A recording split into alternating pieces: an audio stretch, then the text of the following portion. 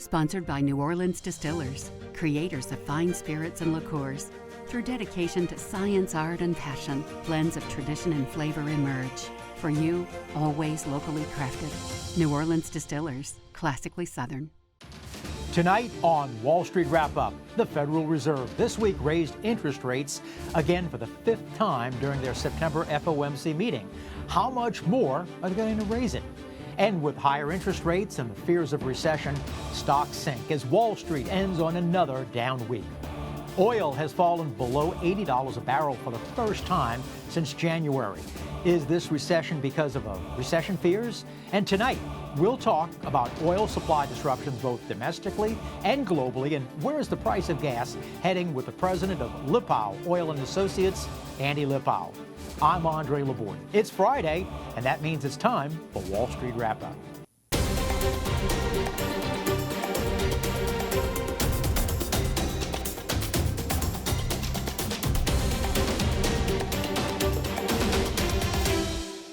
Hi, I'm Andre Laborde. Welcome to Wall Street Wrap-Up on this Friday, September 23rd, 2022. I hope your week went well. Well, this week, the Federal Reserve did what we all knew that they would do and raised interest rates for the 5th straight time this year. Now, raising an additional 75 basis points, or 0.75%, there will be 2 more meetings for the rest of the year, and the market is knowing that the future FOMC meetings, they're going to be increasing interest rates as well. Now, the question will it be by another 75 basis points? Will it be more, or will it be less than? And how fast will it be slowing the economy, as they're wanting to do? How is this going to affect employment in the country, prices, and will this be showing up in business earnings? Now, for our regular viewers, you know we talk quite a bit about the Federal Reserve. But for those of you who may have a 401k or a traditional and a Roth IRA account, you may ask yourself, well, does this concern me or does it affect me?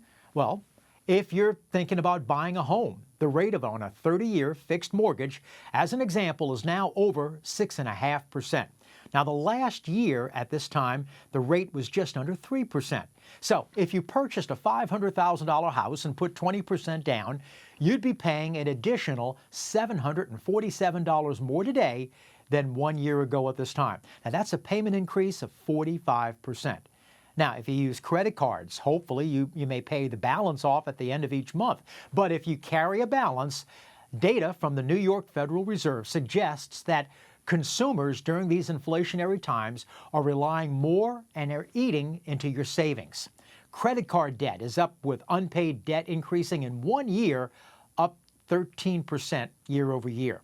And if you carry a balance on your credit card, you're paying more in interest rates. They've risen at over 11% in less than 6 months. And that's the highest rate, by the way, since 1996. Do you want to buy a car? Well, the borrowing cost of purchasing and financing a used car is now going up. Edmunds is reporting that cost to finance that used car has risen almost 11% in less than 6 months and now is at over 10%. And it's a little better if you're buying a new vehicle, because the interest rate now on a new vehicle is just over 6%. But that's a 17% increase in rates that you'd have paid just 5 months earlier. Well, if you wonder why we discuss interest rates and what the Federal Reserve may or may not do in raising rates, this is why. It affects the average person's credit card bills and purchasing of that new or used vehicle that we need to get to work in the morning. And the federal government, well, they're not immune from this rate increase either. The Nonpartisan Committee on Responsible Federal Budget said this rate hike could add over $2 trillion on the already existing federal debt over the next 10 years. And rising interest rates and fears of a slowdown are also being felt in the tech sector. Facebook, which is now Meta Platforms, is quietly cutting staff. Alphabet, known as Google, are reducing staff at their location, and even Snap is laying off 20% of their staff. Well, how did the markets do this week? All S&P sectors ended in the red for the week, and the S&P 500 is at its lowest level since November of 2020. That was the presidential election of Joe Biden almost 2 years ago. Crude oil fell below $80 for the first time since January, before the Russian invasion of Ukraine. All 11 S&P sectors ended negative for the day, for the week, and the month. And this week, the Dow Jones ended at 29,592, and that was down just over 4% for the week. And the S&P 500, they closed at 3,684. That was down almost 5% for the week. And the Nasdaq, they ended at 10,869, just over 5% for the week. Well, let's get to our guest this evening. Oil is on everyone's mind, from when we pump gas into our cars and globally with Russia's invasion of Ukraine. Well, tonight, to help us kind of sort us through this oil conundrum, we've got Andy Lipow. Andy is president of Lipow Oil and Associates, and best of all, he's here with us tonight. Hi, Andy. Welcome to Wall Street Wrap-Up. Well, thank you very much for having me. I appreciate it. You know, with the price of items today, and I'll go right into the price of gasoline at the pumps, you know, there's a possibility from economists saying that we might be going into a recession, either possibly at the end of this year, or more people are thinking in 2023.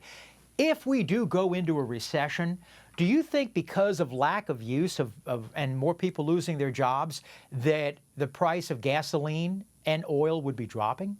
We certainly can see that, and that has been the history in the past. In 2008 and 2009, in the midst of the financial crisis, we saw oil drop from $145 a barrel down to $35 a barrel. And then in 2014 to 2015, oil again dropped from over $100 a barrel to $45 a barrel. So as the world goes into a recession and oil demand drops, oil becomes very long commodity-wise, and its price can drop precipitously. And also with the European Union and Russia, the European Union has said on December the 5th, they're going to be imposing sanctions on Russian oil. And I'm curious, is Russia more dependent on Europe to buy their oil, or is the European Union more dependent on Russia because they need that oil heading into the wintertime? Well, Europe has certainly been quite dependent on Russia for its energy supplies, not only for crude oil, but they rely on Russia for almost 1/3 of their natural gas imports, as well as coal. But because oil can be transported around the world quite easily, we've seen over the last several months the European Union has phased out some of their purchases of Russian oil and replaced it with supplies from elsewhere around the world, notably from the United States, Brazil, or West Africa. Andy, with oil that has normally gone from the United States that we exported to the European Union, are we having now excess enough to be able to send them oil? Well, the United States is very fortunate that our oil production is upwards of 12 million barrels a day. We still import crude oil into the Midwest from Canada, as well as to our refineries on the East and West Coast. But it's off the Gulf Coast that we have a surplus crude oil that we can send to the refineries in Europe so that they can make their gasoline, jet fuel, and diesel for local consumption. Small, independent E&P, exploration and production drillers, that right now they're picking up the slack from a lot of the publicly traded companies because they don't have the demand from shareholders and such. But one of the things that they were talking about in this article was that they're not going to be able to continuously keep picking up this slack. Based on what you're just saying, is that we are able to send oil to Europe and other parts of the country. Do you see that going into 23, 2024, that we're still able to do this? Well, I do. The Energy Information Administration is forecasting that oil production in the U.S. will hit a record in 2023. What the small independents are saying is that they've really drilled wells in the best locations already throughout the Permian Basin in the United States. They're also facing cost pressures and supply chain pressures like everyone else. They need more truck drivers. They need more drilling pipe. They need more frac sand. So the rate of growth in the United States appears to be slowing down, but we still are going to be a major exporter of crude oil off the Gulf Coast. The Biden administration, to my understanding, they have given out the least amount of offshore oil leases since the Harry Truman era. And Harry Truman left office in 1952. So, and that was even before oil and gas offshore was even regulated by the U.S. government. So with that thought, will the government have to be able to be releasing more leases and also reducing the restrictions on E&P companies? Well, what we've seen since the Biden administration took office is a moratorium on some leases, a cancellation of some sales, and this has been bound up in federal court, and it's made it a very confusing situation for lease sales, some of which are progressing. But the issue in the United States and around the world is we do have an energy crisis, and we need policies that encourage additional energy, whether it's crude oil, natural gas, renewables, or even nuclear energy, in order to meet the growing demand. With coal, natural gas, and oil, I know, and I'll speak for, let's say, Louisiana, but you can talk about Texas or any of the other 48 states. If we want to use power from the utility company to watch television, the air condition to cool our homes during the summer, or heat our homes during the winter, I know the utility companies use approximately 38% natural gas and 38% coal, and I'm talking about Louisiana. And we're talking solar and wind is anywhere between 1 and 8, 1 and 9%. With that, and the government is saying, the EPA is saying that the natural gas has to be go out of existence as of 2060, and coal has to stop as of 2030. Andy, that's only 8 years, well, actually less than 8 years, because we're almost in 2023. So that's about 7+ years away from now. Will the United States be able to supplant that solar and wind power of what we're losing in coal and gas? Well, I think it's going to be very difficult, and you, of course, can see those dates get pushed back because it's easy to say we're going to replace natural gas and coal and nuclear plants, but it's very difficult to invest in solar and wind in locations that people want it. If we look at the Northeast, where there's very little wind power compared to Texas, which is the #1 state for wind power generation, there's all sorts of reasons why they haven't progressed, from they don't like how the wind turbine looks offshore and spoils the view, to concern about the environment in the ocean, to getting transmission cables from offshore to onshore. So it takes far longer than people think. If we were to look at California, which has passed regulations to ban the sale of gasoline-powered cars by 2035, and now they're looking at doing a ban on diesel engine big rigs, California is already importing 30% of its electrical needs from outside of the state, and we already know hydropower is quite low due to the drought. So people have to think of this as an all-of-the-above approach, that you can't eliminate natural gas and coal until you have the replacements in place. I would think that, and I would certainly hope that, but I know that I've talked to utility companies and the CEOs where I know in Louisiana, if they use more coal to produce, because sometimes if the wind doesn't blow and the sun doesn't shine and they have to use more coal power, they get fined from the Environmental Protection Agency for doing that. So do you think that they won't be able to make that 2030 cutoff for coal and 2060 for natural gas? Well, I think it's very difficult to meet the goal for 2030. 2060 is a long time away. All sorts of other technologies could be developed. But if we look at what's happening to the consumer today, electricity prices are up 10% from this time a year ago. And just between May and June, they're up 3.3%. And one thing we do know is the consumer wants cheap, meaning affordable energy for their households. If we send more oil and natural gas to Europe and we export it out, I know recently Russia, they shut down their Nord 2 stream pipeline that was getting gas to the European Union. And you had mentioned about the percentage that they're getting now. I want to say you said about 30% or so.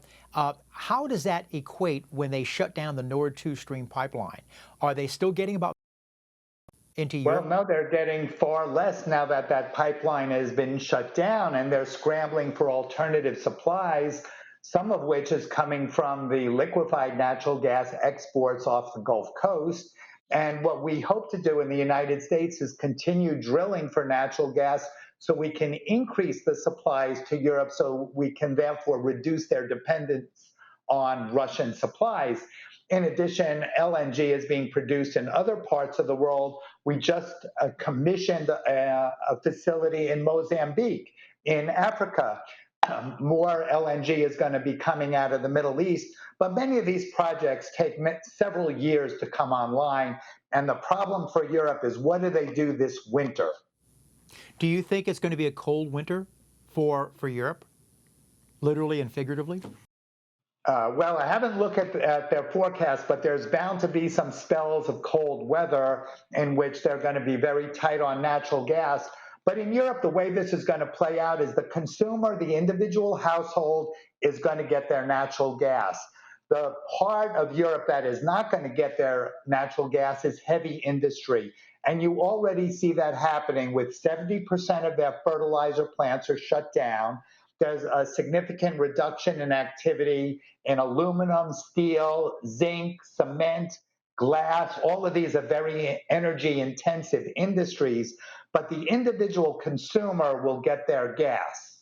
We started off talking about a possible U.S. recession, a recession in Europe with all these manufacturing companies halting their supply chain and their manufacturing.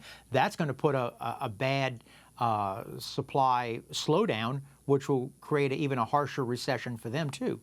Well, there's no doubt that our economy is interconnected with the European economy. And the other thing that I would mention is people don't realize that the China-European Union trade route is the largest trade route in the world. And you can see a recession in Europe can ultimately impact China, who already has issues with supply chains and COVID lockdowns and the like. We were talking about December the 5th is when the European Union is going to be putting sanctions on Russia for their oil. What stops Putin for going, you know what, I'm not going to wait till December the 5th. I'm going to stop sending you oil right now. And that 30% you're talking about that they're right now using, that goes down to zero heading into a winter. Well, if we think about what's happening on the crude oil side, certainly Russia could decide not to sell Europe any crude oil tomorrow, but they continue to do so. Over the last several months, we've seen Europe seek alternative supplies of crude oil. Some of that, of course, comes from the United States. Some of it is coming from Brazil or West Africa. But in turn, Russia has been able to avoid selling to Europe by increasing their sales to China, India, Bulgaria, or Turkey, for that matter. And therefore, we have a big reshuffling of crude oil around the world, which mitigates any supply disruption from Russia. And that also, ironically, helps to reduce oil prices. Well, if Russia can now sell the oil that they were not using and selling to, say, the United States and to Europe and such, to India, China, Bulgaria and such, actually what we wanted to do was hurt Russia because of their war with Ukraine. Is this actually hurting Russia? And also, are they actually making more money, more rubles, because this commodity being more precious, they're able to demand a higher price for it? Well, in the beginning, I think that Russia was seeing their revenues increase because we saw oil prices spike to $130 a barrel from $90 a barrel. But over time, as Europe and the United States have shied away from purchasing Russian oil, first of all, Russia has had to deeply discount their price of crude oil compared to the benchmarks of WTI and Brent. But not only that, the price of crude oil has now fallen. It's around $80 to $85 a barrel. So Russia is now actually realizing less than $70 a barrel. And this is now beginning to hurt their economy. At the same time, when they cut off natural gas supplies to Europe, It's not like they can easily divert those natural gas supplies into China or somewhere else, because if you're going to transport natural gas between continents, you need a liquefied natural gas facility in order to load it onto a vessel. So they're also hurting their revenues by not selling natural gas to Europe, which at the same time, of course, is causing prices to spike in Europe and hurt that European economy as well. Is Russia able to transpose their natural gas into liquefied natural gas so that they can sell it to India, Bulgaria, Russia, I'm sorry, and China or other countries like that? They have very limited abilities in order to liquefy their natural gas. To give you an idea, Russia in 2021 was selling 155 billion cubic meters of gas that year to Europe, of which only 15 was liquefied natural gas. It's a much more difficult and complex procedure than just putting your gas in a pipeline, compressing it, and sending it down the way. We're talking with Andy Lipow from Lipow Oil Associates. We're going to take a break, but we'll be right back.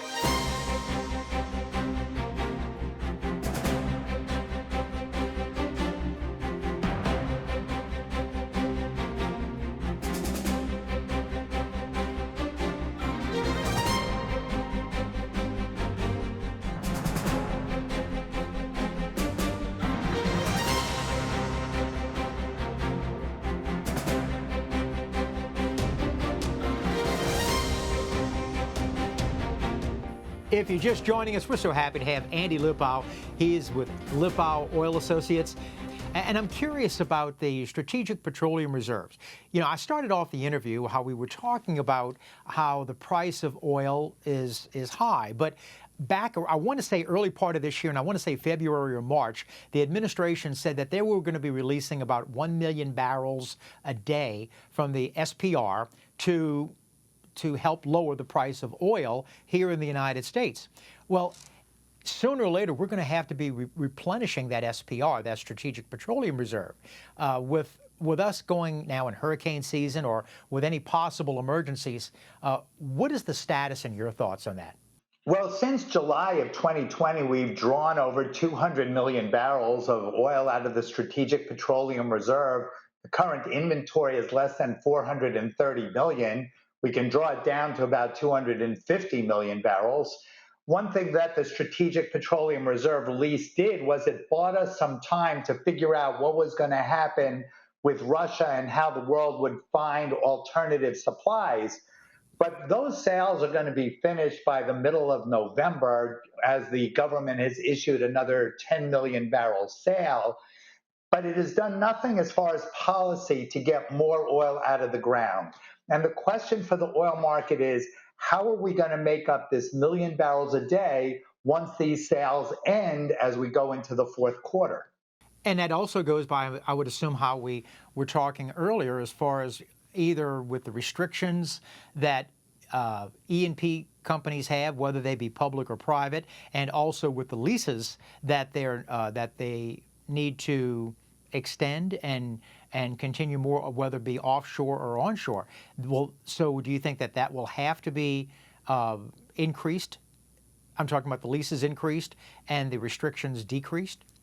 Well, I think we have to improve our policies to be able to drill for more oil and natural gas to get us that much more energy independence.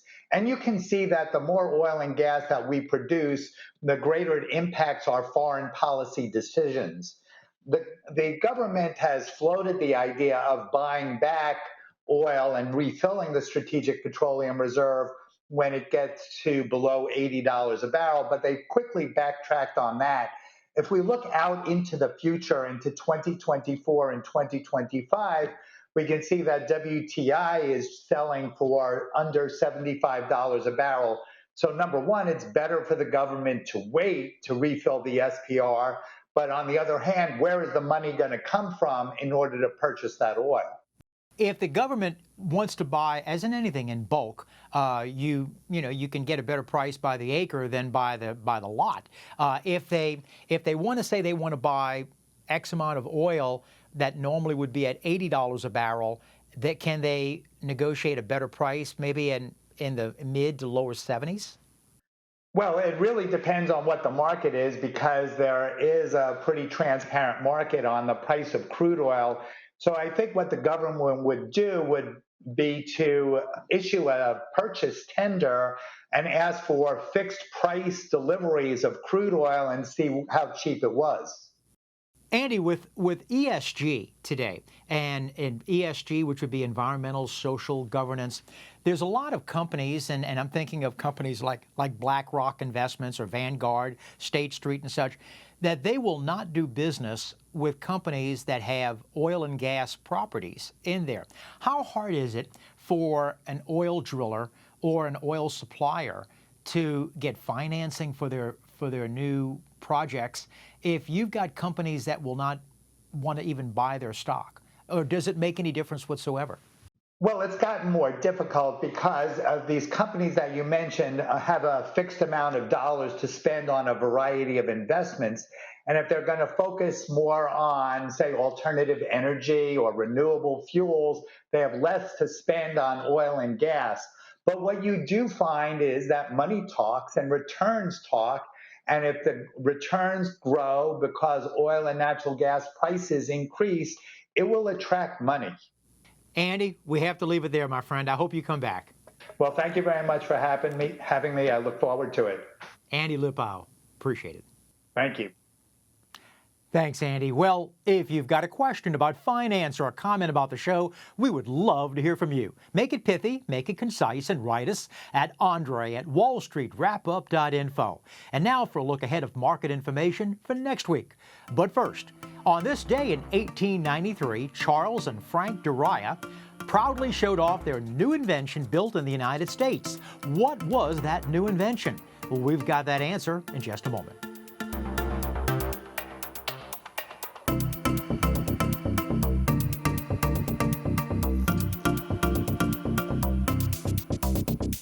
On this day in 1893, Charles and Frank Duriah proudly showed off their new invention built in the United States. What was that new invention? The first gasoline-powered automobile built in Springfield, Massachusetts, called the Duriah, beating Henry Ford to the punch, 129 years old today.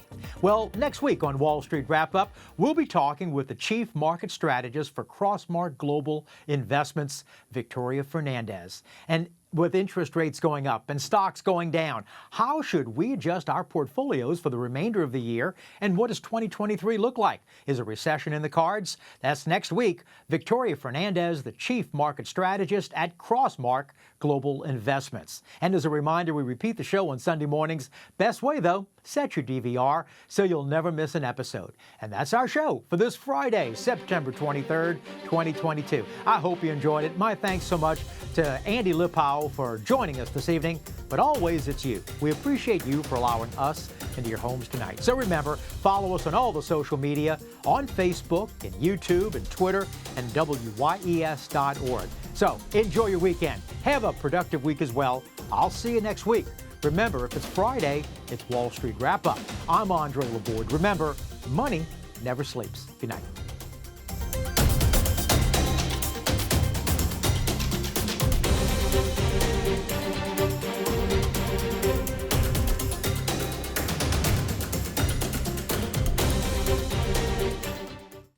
Sponsored by New Orleans Distillers, creators of fine spirits and liqueurs. Through dedication to science, art, and passion, blends of tradition and flavor emerge. For you, always locally crafted. New Orleans Distillers, classically Southern.